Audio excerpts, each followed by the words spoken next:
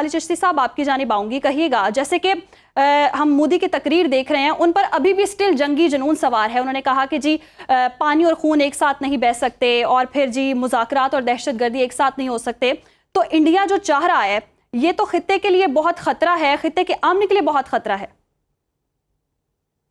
بہت شکریہ آپ کا اور آپ کے چینل کا مجھے بلانے کا. دیکھیے یہ بڑا آسان کام ہوتا ہے کہ آپ کو جب فیلڈ میں یا جنگ میں، کامبیٹ میں، زمین پر، سمندر میں، ہوا میں آپ مقابلہ نہ کر سکیں تو پھر آپ تقریروں پہ آ کے میڈیا پہ کریں، آپ بالی ووڈ کی فلمیں بنا کے کریں، آپ سائیکولوجیکل ون کرنے کی کوشش کریں. آپ سوچئے ذرا کیا مائنڈ سیٹ ہوگا وہاں پہ لوگوں کا کہ میں آج صبح کنفرم کر چکا ہوں ہندوستان میں کئی پروڈیوسر، فلم پروڈیوسر کی ریس لگی ہوئی ہے آپریشن سندور کا نام رجسٹرڈ کاپی رائٹ کروانے پر کہ ہم نے اس پہ فلم بنانی ہے. ادھر یہ سارا کچھ وہیں سے شروع ہوتا ہے، وہیں پہ ختم ہوتا ہے. یہ اس سے آگے چلنا چاہیے. آپریشن سندور کا نام رجسٹرڈ کرانے پہ چل رہا ہے کہ ہم نے فلم بنانی ہے اس کے اوپر. تو صرف لوگوں کو ٹی وی چینل پہ بیٹھ کر یا پارلیمنٹ پہ بیٹھ کر یہ تقریریں کر لینے سے لوگوں کی تسلی اب نہیں ہونی. 1.4 بلین لوگ ہیں، اس پاپولیشن ہے جن کو پتہ ہے کہ ان کے ساتھ کیا ہوا ہے. ماننا یا نہ ماننا تو ایک اور بات ہے. آپ دنیا کی سن لیں، کبھی ہماری نہیں سننا چاہتے تو نیوٹرل لوگوں کو بلا کے انالیسس کروا لیں. ایویلیویشن اپنے ملبے کی جو پوزیشن ہے، رائٹ جو جہاں پہ گرا ہے وہ پاک فضائیہ سے پوچھ لیں کہاں کہاں ان کا ملبہ گرا ہے. تو ہم کنفرم کر دیں گے لوکیشن جہاں جہاں گرا ہے ود پروف. تو یہ اب کافی دیر میں لوگوں کو نہیں بنایا جا سکتا بے وقوف. آپ مانگرنگ کر چکے ہیں، پنشمنٹ دیکھ لیا، اپنے تقریروں میں ایگریشن دیکھ لیا. ایسا لگتا تھا کہ شاید ہمیں صبح پاکستان کو وہ ہونے نہیں دیں گے، اتنا ہمیں تب پنشمنٹ دیں گے یا اتنی ڈسٹرکشن یا تباہی کر دیں گے حملہ کر کے. تو کیا ہوا؟ آیا انہوں نے ہاف ہارٹڈ اٹیمپٹ کی ہوگی، اتنا بڑا ملک ہے جو اپنے ڈیزائن میں. تو اٹس ہائی ٹائم کہ وہ اپنا ریلائز کریں کہ یہ ویڈیو گیمز یا بالی ووڈ یا ان کا ڈرامے یا 900 چینل کے میں سے کوئی 300-400 ان کے انٹرٹینمنٹ کے ڈرامے ہیں.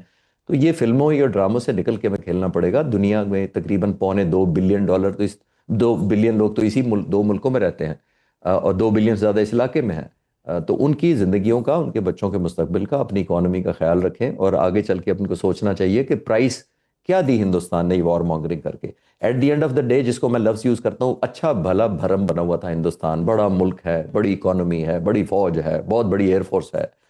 تو کہاں گیا وہ سارا بھرم؟ $1 بلین کا سارے جرنلسٹ اس شام کو، جس شام کو یہ ہو رہا تھا، یہ سارا شوٹنگ ہوئی الحمدللہ، پاک فضائیہ نے جہاز شوٹ کیے. بہت سارے اینکر، تجزیہ نگار یہ حساب لگا رہے تھے. میں بھی مختلف چینلز پہ سارا دن رہا تو مجھے حساب لگا رہے تھے کہ جی 280 بلین کا یہ ایک جہاز آتا ہے، 280 کو ضرب دیں اتنے سے تو وہ $1 بلین بن گیا. جی تو میں نے ان سے کہا کہ میں آپ سے متفق نہیں ہوں کہ ہم نے ہندوستان کا $1 بلین کا ایک رات میں نقصان کیا ہے. ہندوستان کے ایئر فورس چیف سے پوچھیں، 100 بلین دے کر بھی اپنی رسپیکٹ یا امیج یا اپنی جو اپنا سٹیچر ہے وہ واپس لا سکتا ہے جو دنیا کی نظر میں ہو گیا ہے.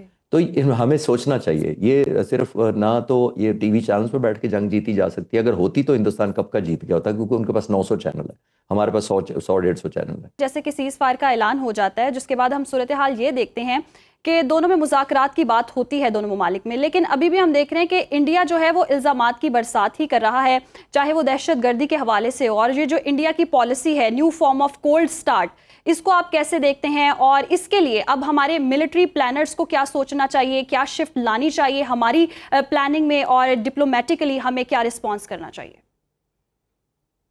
دیکھیے، ہمیں ہندوستان کو ہر پلیٹ فارم میں لے جانا چاہیے اور یہ بتانا چاہیے کہ ہاؤ irresponsible they are. میں آپ کو 2 مثالیں دے دیتا ہوں جس سے میری طرف سے یہ وکالت کے طور پر یہ پوائنٹ ہوگا کہ کتنی irresponsible انہوں نے یہ جنگ لڑنے کی کوشش کی ہے.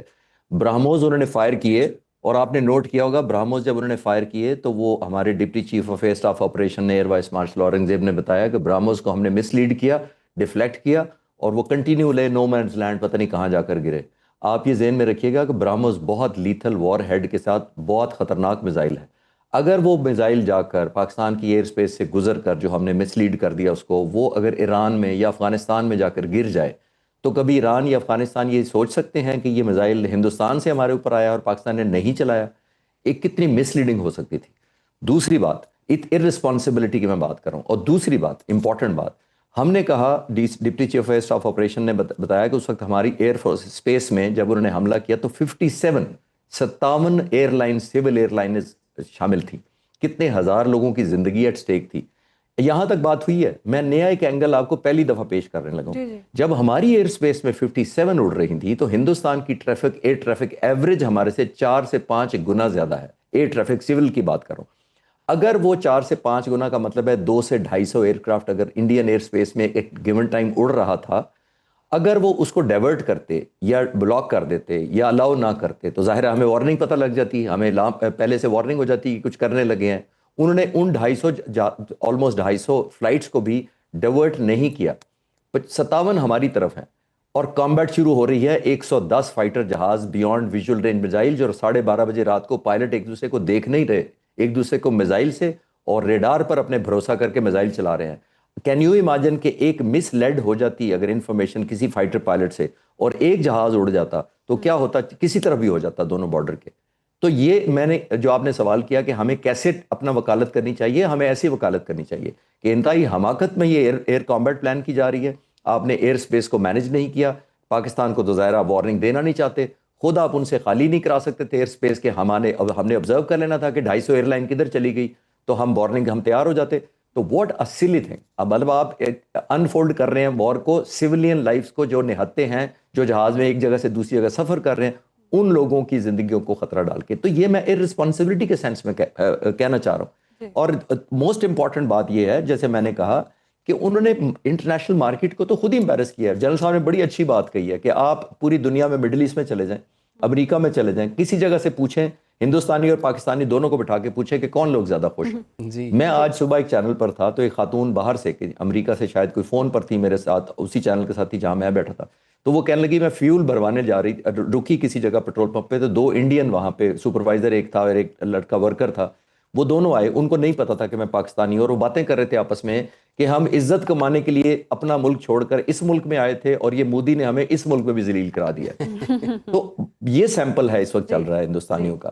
میں رسپیکٹ کرتا ہوں ایز اے سٹیزنز ہندوستانی, 1.4 بلین لوگ ایسے نہیں ہیں, لیکن وار مانگرنگ امبیرس کرنے کا کیا مطلب ہے کہ ان لوگوں نے کہا کہ ہم مودی کے ساتھ نہیں ہیں.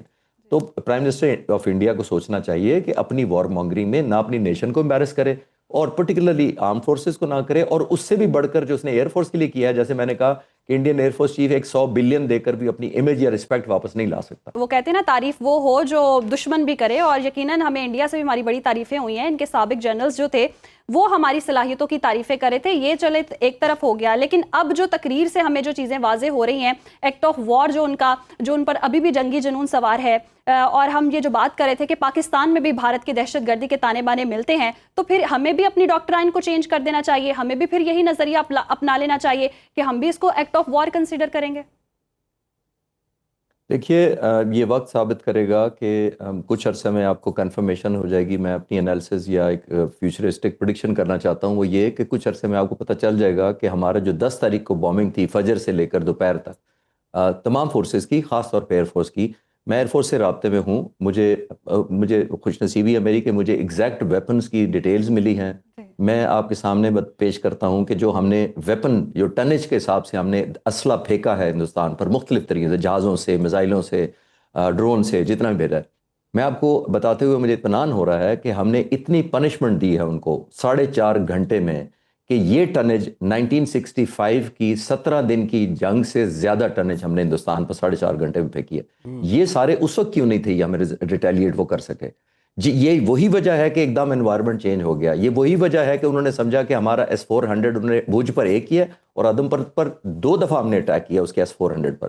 اور S-400 کی میں آپ کے ناظرین کی سمپل انڈرسٹینڈنگ کے لیے بتاتا چلوں کہ یہ رشیا کا موسٹ ٹرسٹڈ ویپن تھا جو بہت ہی لیتھل ہے. $550 ملین کی ایک بیٹری آتی ہے. ہم نے 2 جگہ اٹیک کیا, 400 کلومیٹر 40 کلومیٹر اونچائی تک اور 400 کلومیٹر دور تک یہ ہٹ کر دیتا ہے آنے والے کسی بھی جہاز کو, ڈرون کو, بیلسٹک میزائل کو, اسٹیلتھ ویپن کو مار دیتا ہے.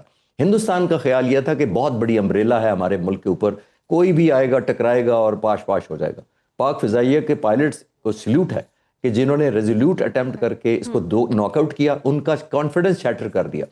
اور جب بھی میں پاکستان پائلٹ کہتا ہوں میں کسی سٹیج پہ نہیں بھولتا کہ وہ ٹیکنیشینز کو, ان انجینئرز کو, ان ڈیفنس کنٹرولر کو, ان ویپن کنٹرولرز کو, ایئر ٹریفک کنٹرولرز کو, ایون چائے پلانے والا جس نے پائلٹس کو پلائی تھی وہ سب ٹیم ہے. تو اتنا بفٹنگ جواب